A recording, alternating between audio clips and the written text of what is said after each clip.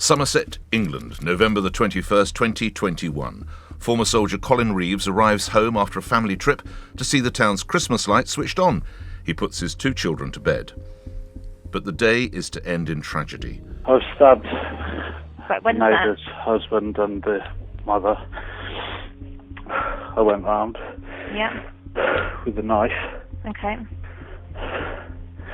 and I've stabbed both of them. She was just screaming down the phone. Gotta come quick, he says they're dead. They're dead, he stabbed them, he says they're dead. I wish everything could be different and just wish you could turn back the clock, but you can't. Now, Reeves' mum Lynn recalls the terrible events of that night and shares why she believes her son turned from a law-abiding dad of 2 who was proud to serve his country into a killer. To this day, I can't believe that happened. Why couldn't we see how he was suffering? He was still my Colin, and he was just looked so drained and white and shocked. And I just had to hug him. I just had to hold him. I didn't know what to do for him. I couldn't do anything. I knew what happened to him, what he'd done, and I just couldn't believe it.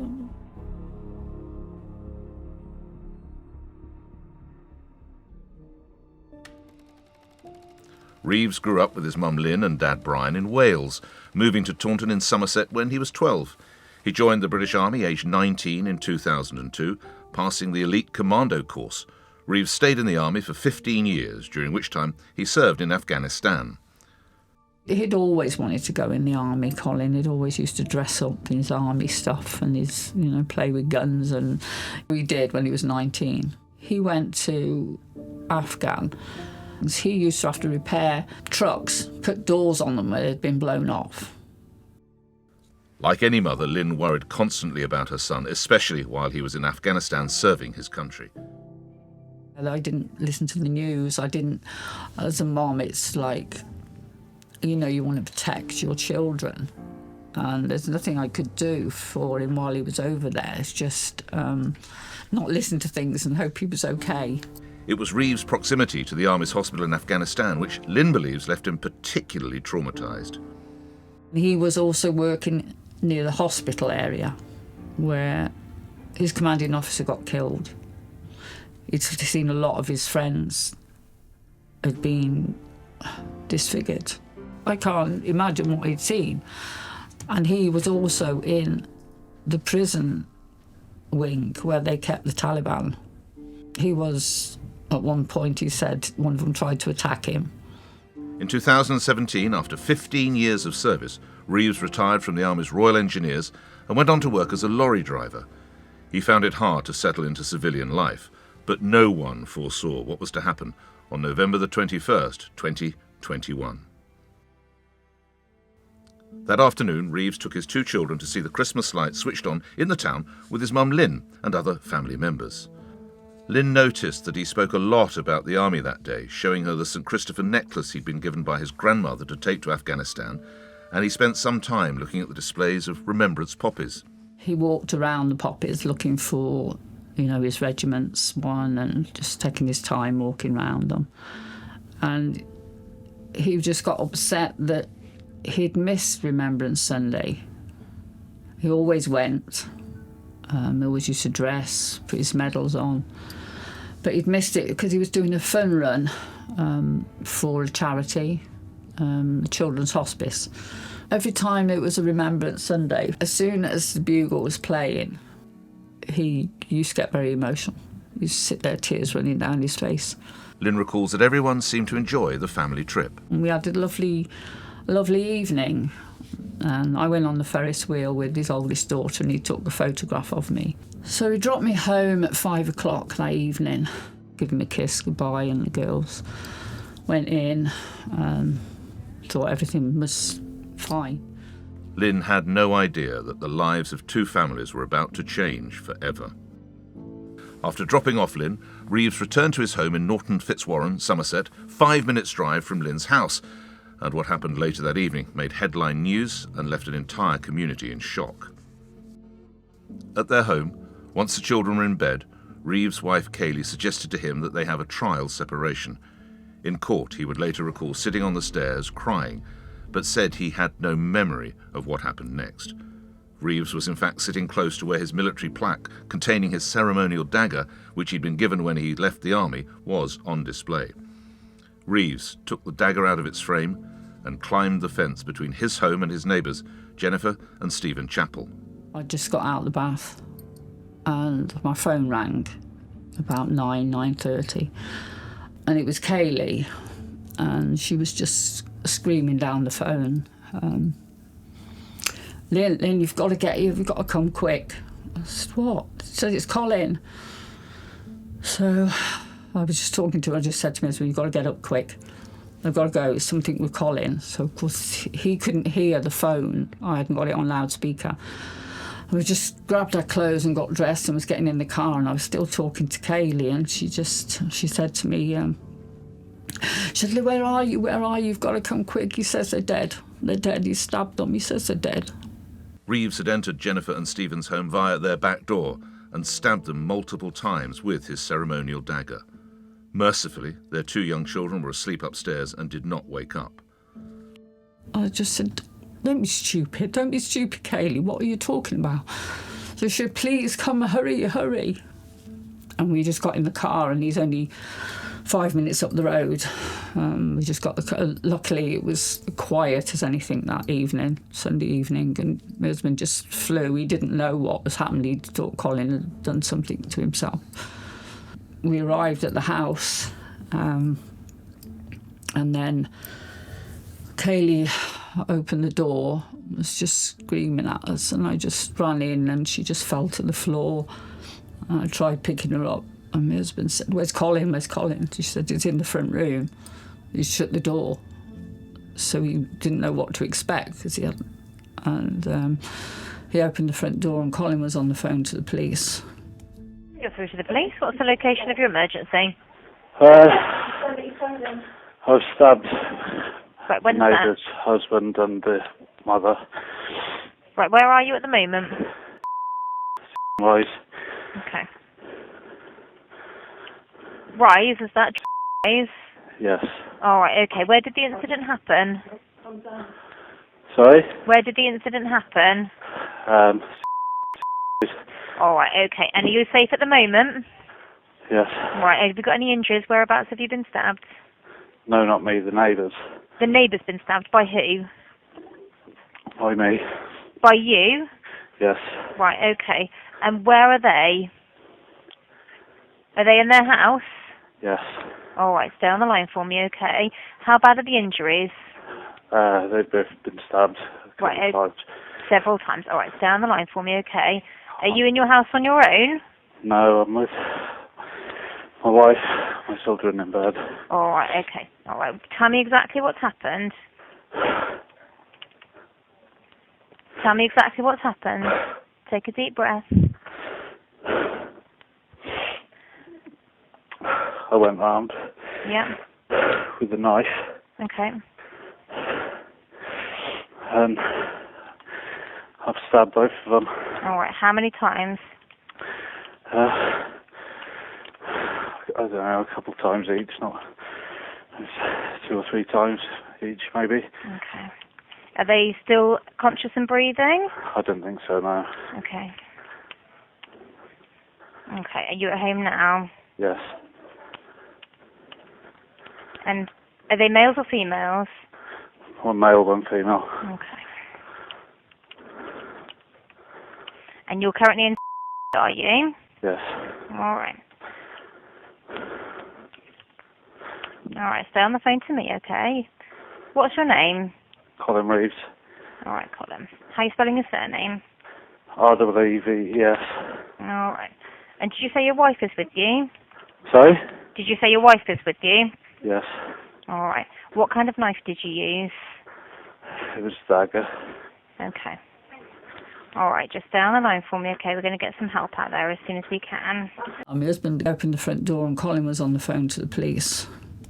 And he said, what are you doing? What have you done? So he just took the phone off him, and Colin said what he'd done. He said, I've stabbed them, they're dead. So he went next door. My husband went next door, and Colin didn't want him to go. But he followed him. And of course, his dad didn't know if they'd just been injured or if he just expected to see them, I think, okay. And of course he saw them. And then they came back round, and I was just on the phone to the police. And my husband had gone back round because I think he couldn't believe what he'd seen. To this day, I can't believe that happened, that Colin could have... Nobody can. He can't himself. He just doesn't know how that came about. The police were quickly on the scene. All right. With your handcuffs. Put your hands up. Not me, mate. Him. You? Go in the house. Just put your Right. hand Put your hands up. behind your back. Right. Hold still. Hold still. Listen. You're under arrest at the minute on the attempted murder In the house. of 2 people inside the address next door. Do you understand?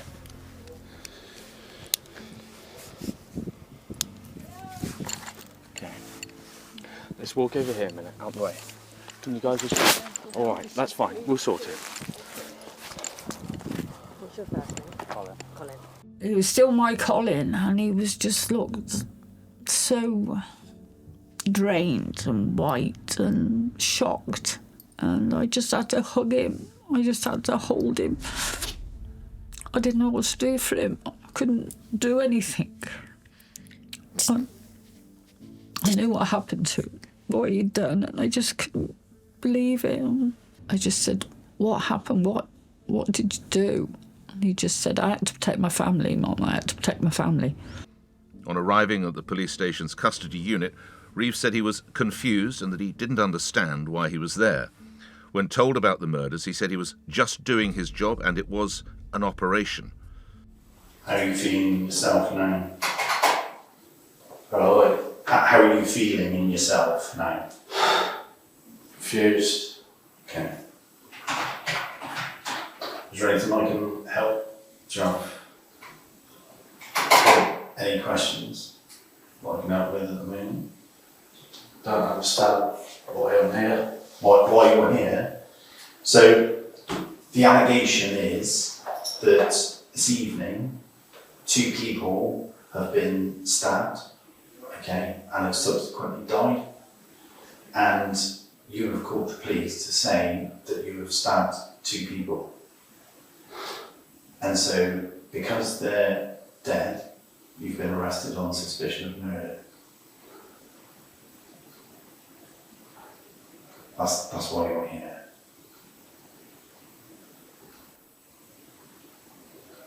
There's probably a lot to take in right now. Just doing my job. Okay. Do you need to speak to a custody nurse about anything in particular, anything medical that you need to speak to a nurse about? What's that? Just confused why I'm here. Okay. It was an operation. Yeah. The police formally questioned Reeves, who replied no comment, but broke down when asked if he killed Jennifer and Stephen. Firstly, I just need to ask you, when you were arrested and brought into custody, when you were being assessed in the custody unit here, you said to the I think it was the custody nurse, I shouldn't have done it, I've ruined their lives and mine. Can I just confirm, did you say that? No comment. And what did you mean by that? No comment. Okay, Colin, in as much detail as possible, tell me what happened yesterday that led to the deaths of Jennifer and Stephen Chappell. No comment. Explain to me exactly what happened inside.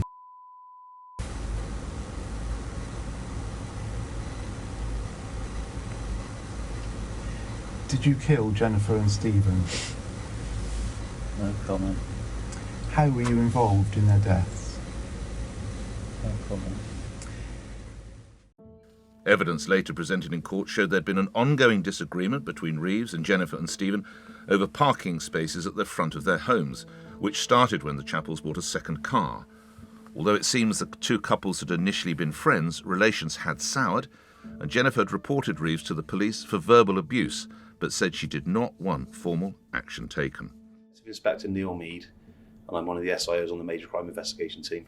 The history of the Chappells and the Reeves is they both moved into their addresses in Dragon Rise at approximately the same time, and over the course of last year there was a developing dispute over parking outside their premises, and that culminated in Colin Reeves readjusting the area outside of his house to give himself more parking space. We also know that Stephen Chappell bumped into Colin Reeves' car at some point last year, probably around May time, and that made the situation worse between the families. But we also believe that that situation resolved itself.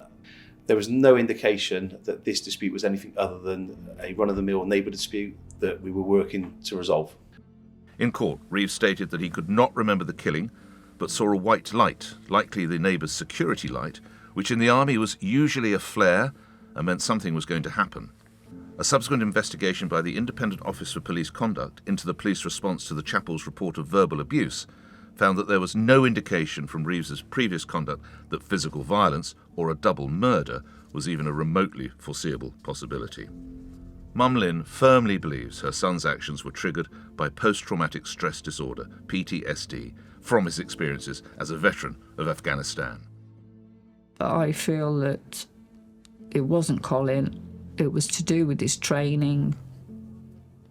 He was a trained killer. And it's always going to be in them. And they just can't show anything. They can't show emotion. He had trauma when he went into the army with the things he saw. He couldn't release it. He'd never spoken about it to anybody. I heard nothing about any of this until the trial. He just hid it so well that he was suffering so much. I know he couldn't sleep.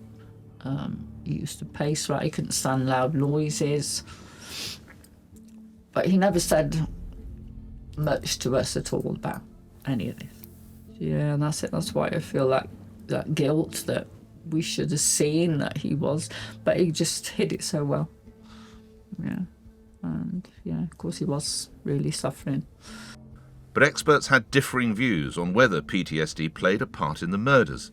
Detective Inspector Neil Mead said, His defence psychologist suggested that as a result of his deployments in Afghanistan, he may well have been suffering from complex PTSD. We have employed other experts, the defence and the prosecution, and they've considered the PTSD angle and whether this would form part of diminished responsibility defence. And two of those experts have suggested that his potential PTSD would not have been a contributory factor in committing this offence. He was such a good son and husband and father that all he thought about was his family. Colin wanted to protect his family. That's his main thing. And I think with his army training, I think protection was like a different thing to what, if you haven't been in that situation, protecting them no matter what.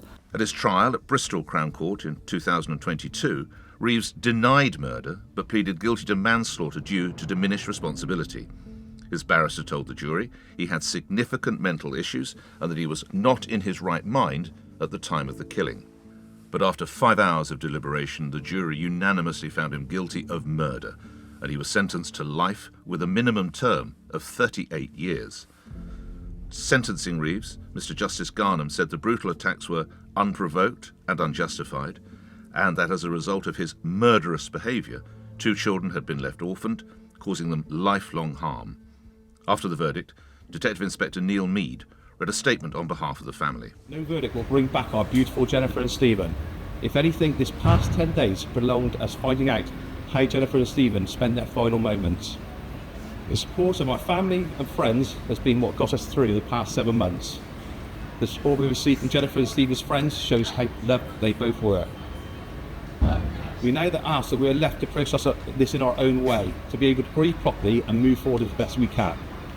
We will now focus on Stephen and Jennifer's beautiful boys, helping them to live the life that Jennifer and Stephen would have wanted for them. I wish everything could be different, and just wish you could turn back the clock, but you can't. You just never believe something like this could ever happen. It's just sad all round. It's just a tragic incident for everybody involved. I think I was just in shock once he'd said what the sentence was, because that was just seemed way too much. And some people are evil. To know that Colin's not evil, he was traumatised. In the trial, they said that he didn't serve in active combat, so he couldn't have PTSD. I coped by constantly messaging people, trying to see what I could do to help. At the beginning, it was all about, right, can we get character letters off these people? What can we do about that? Can I get in touch with his legal team?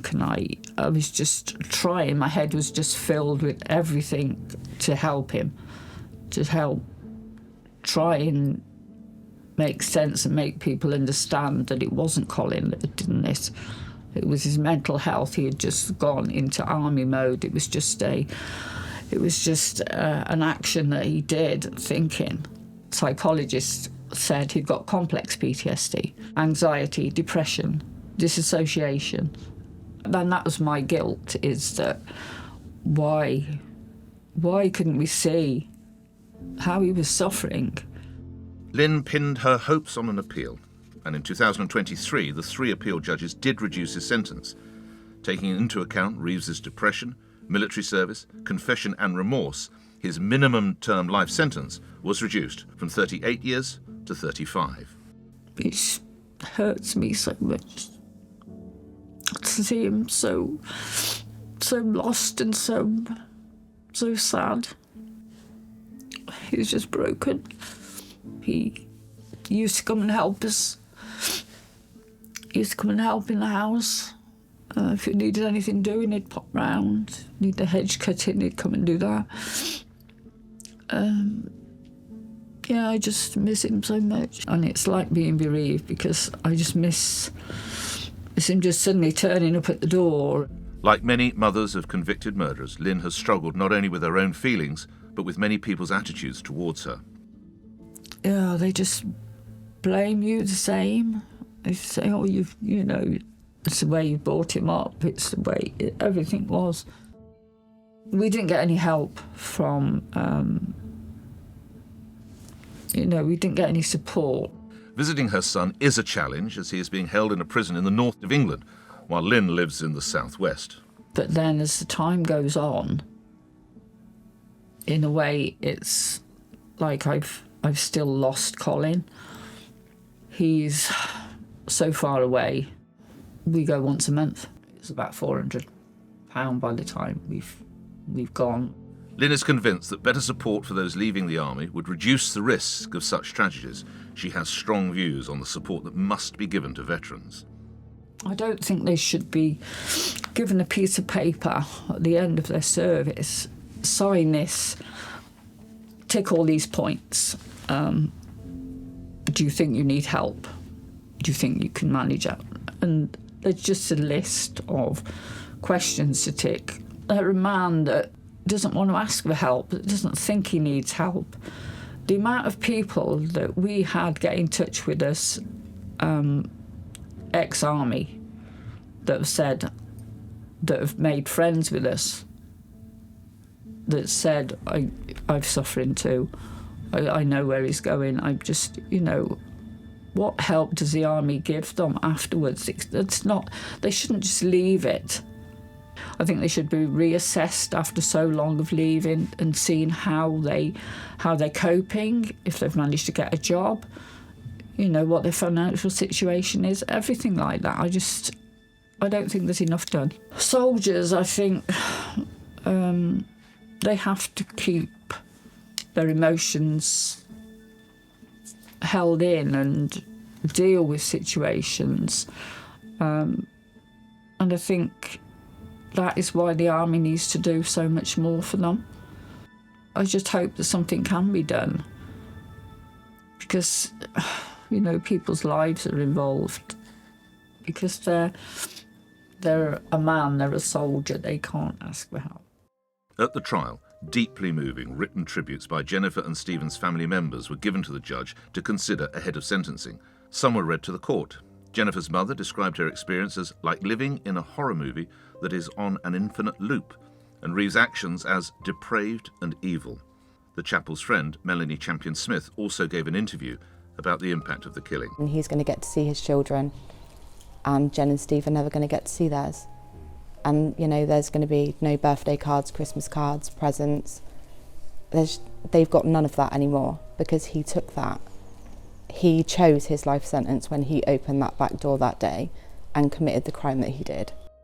Reeves continues to show remorse, and in court, Army colleagues gave written character references, one referring to his experience of Reeves as kind-natured, trustworthy and diligent, who at his heart was a kind and gentle family man. He said to me, he said, "What kind of man am I to have done something like that?" I said, "Colin, it wasn't you." Well, you know, we try and assure him it's not him. He's not, his mental health is really bad. He just can't deal with it. He's so low, he can't sleep. It's just, oh, he can't cope. Colin feels so bad, so traumatised. Some of Reeves's psychiatric assessments took place via video link, and Lynn feels strongly this will have affected his ability to share his emotions. She says that he had a strong fear of surveillance cameras and left a job as a security guard after leaving the army because he couldn't shake off the feeling they were watching him. Lynn says he even taped over the camera on his phone. So what does Lynn feel should have happened to her son? I think he was misdiagnosed, and I know he should have been punished, and he knows himself. He can't, there's no getting away from the fact that he did what he did. You can't diagnose somebody, surely. A psychiatrist even for an hour, 2 hours over a video link. In 2023, Samantha Marsh, the senior coroner for Somerset, wrote to the Ministry of Defence and the Secretary of State for Defence calling for urgent action to prevent future deaths. She pointed out that the dagger was not a blunt replica, it was a fully functional weapon capable of causing significant harm, injury and, sadly, in the chapel's case, death. Please reconsider the appropriateness of providing anyone leaving the British Army, regardless of rank or status, with what is, to all intents and purposes, a deadly weapon. Such presentation, gifting, has essentially put a deadly weapon in the community, and I am not persuaded that this is appropriate. The coroner also wrote that poor mental health is not an uncommon feature of those serving in and or leaving the army, and adds further weight to my concerns about the appropriateness of such item, whether ceremonial or not, being issued in the first place. The MOD has so far declined to change its rules, allowing those leaving the military to be gifted knives, which it said are often bought commercially by colleagues for the purpose. In his reply to the coroner, the then Secretary of State for Defence, Ben Wallace, MP, said, "I consider existing restrictions upon gifting of MOD property to be sufficient. However, I have written to the service chiefs in order to inform them of this horrific murder and remind them of their duty to ensure that misappropriation of MOD items is identified and investigated. Moreover, that the issue of potentially lethal items should be scrutinised to ensure genuine requirement, and that misappropriation of such items, including combat knives of any type, should be thoroughly investigated and the strictest sanctions applied as a future deterrent." As Reeves continues to serve his 35-year sentence, it's a truly tragic case which has left 2 innocent people dead, children without their parents, and devastated families trying to piece together what is left of their lives. It's also an urgent wake-up call for those in the Army to reconsider gifting knives to those leaving, and for the British Army to review the support offered to veterans whose mental health may be suffering as a result of their efforts to keep us all safe. Best approached the Ministry of Defence for comment about the issue of mental health support for veterans. The MOD said it cannot comment on individual cases, but added, "We are committed to the military being a safe and supportive environment for all, and we ensure that effective mental health care support is available to everyone. Veterans should be able to access the support they deserve, and individuals can gain access to specialist medical care from the NHS through Op Courage in England. veterans can also access specialist mental health services wherever they live in the UK. The MOD provides serving personnel mandatory mental health training, a 24-hour helpline with stress management training after traumatic incidents, and continued access to mental health support after leaving service.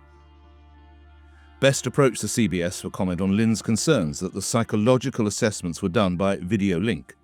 The CPS said, "This was a shocking case, and our thoughts remain with the family of Jennifer and Stephen Chappell. It is common practice for psychiatric assessments to take place via video link, and 2 psychiatrists agreed that Reeves did not have diminished responsibility. The jury agreed with the prosecution's case and convicted Reeves of 2 counts of murder."